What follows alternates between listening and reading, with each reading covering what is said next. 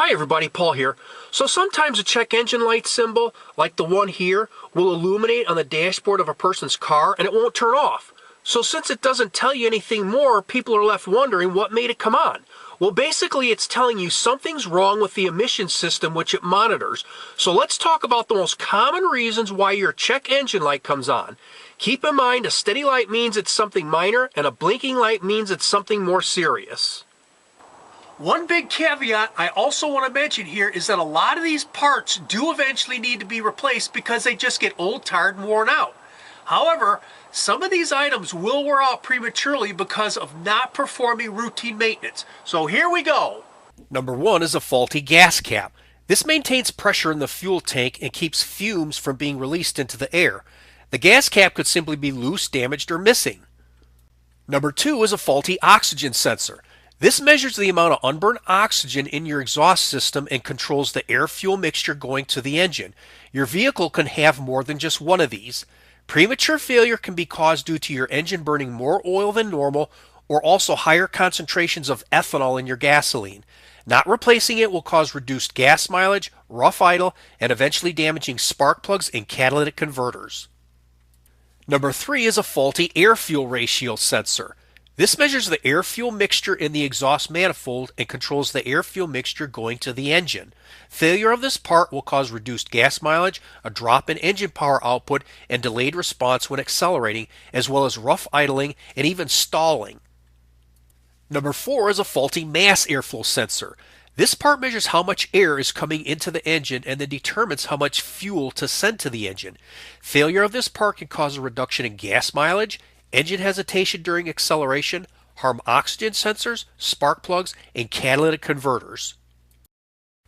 Number 5 is faulty ignition coils. This part sends electrical current to the spark plug. Premature failure of this part can be caused by driving in extremely high temperatures, extremely wet weather, or even driving through a puddle.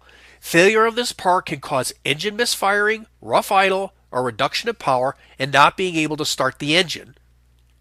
Number 6 is due to faulty spark plug wires. This part sends electrical current from the ignition coil to the spark plug. Worn spark plug wires will cause reduced gas mileage, loss of power and acceleration, and in severe cases, engine misfiring and stalling. It can also cause damage to oxygen sensors, air-fuel ratio sensors, ignition coils, and catalytic converters. Number 7 is faulty spark plugs. This part allows the air-fuel mixture to ignite, causing engine combustion. Worn spark plugs will cause reduced gas mileage, loss of power, engine misfiring, and difficulty starting. It can also cause damage to oxygen sensors, air-fuel ratio sensors, ignition coils, and catalytic converters. Number 8 is a faulty thermostat. This part regulates the engine's temperature. A bad water pump, worn or loose water pump belt, or something as simple as a low radiator coolant level could prevent the thermostat from operating properly. Premature failure can be caused by not changing the radiator coolant. Failure of this part will cause a high temperature gauge reading and engine overheating.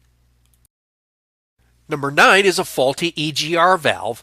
This part sends a portion of the exhaust gases back to the combustion chamber of the engine to reduce emissions.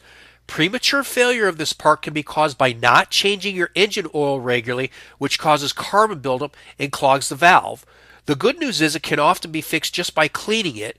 A faulty EGR valve will result in reduced gas mileage, higher emissions, rough idling, engine hesitation, reduced overall power, and can even cause serious engine damage.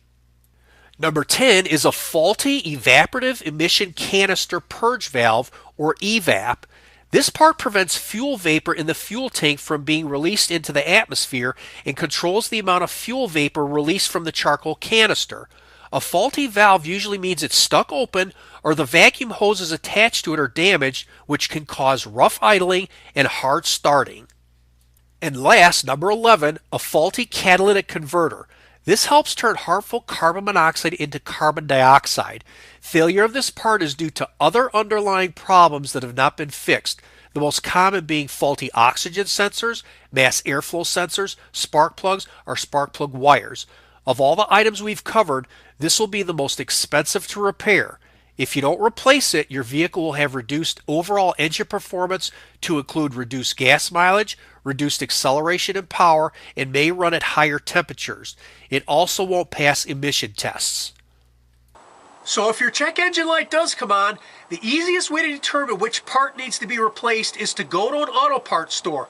Most of them will diagnose the problem for free with a handheld computer they can plug into your car, which only takes a couple of minutes.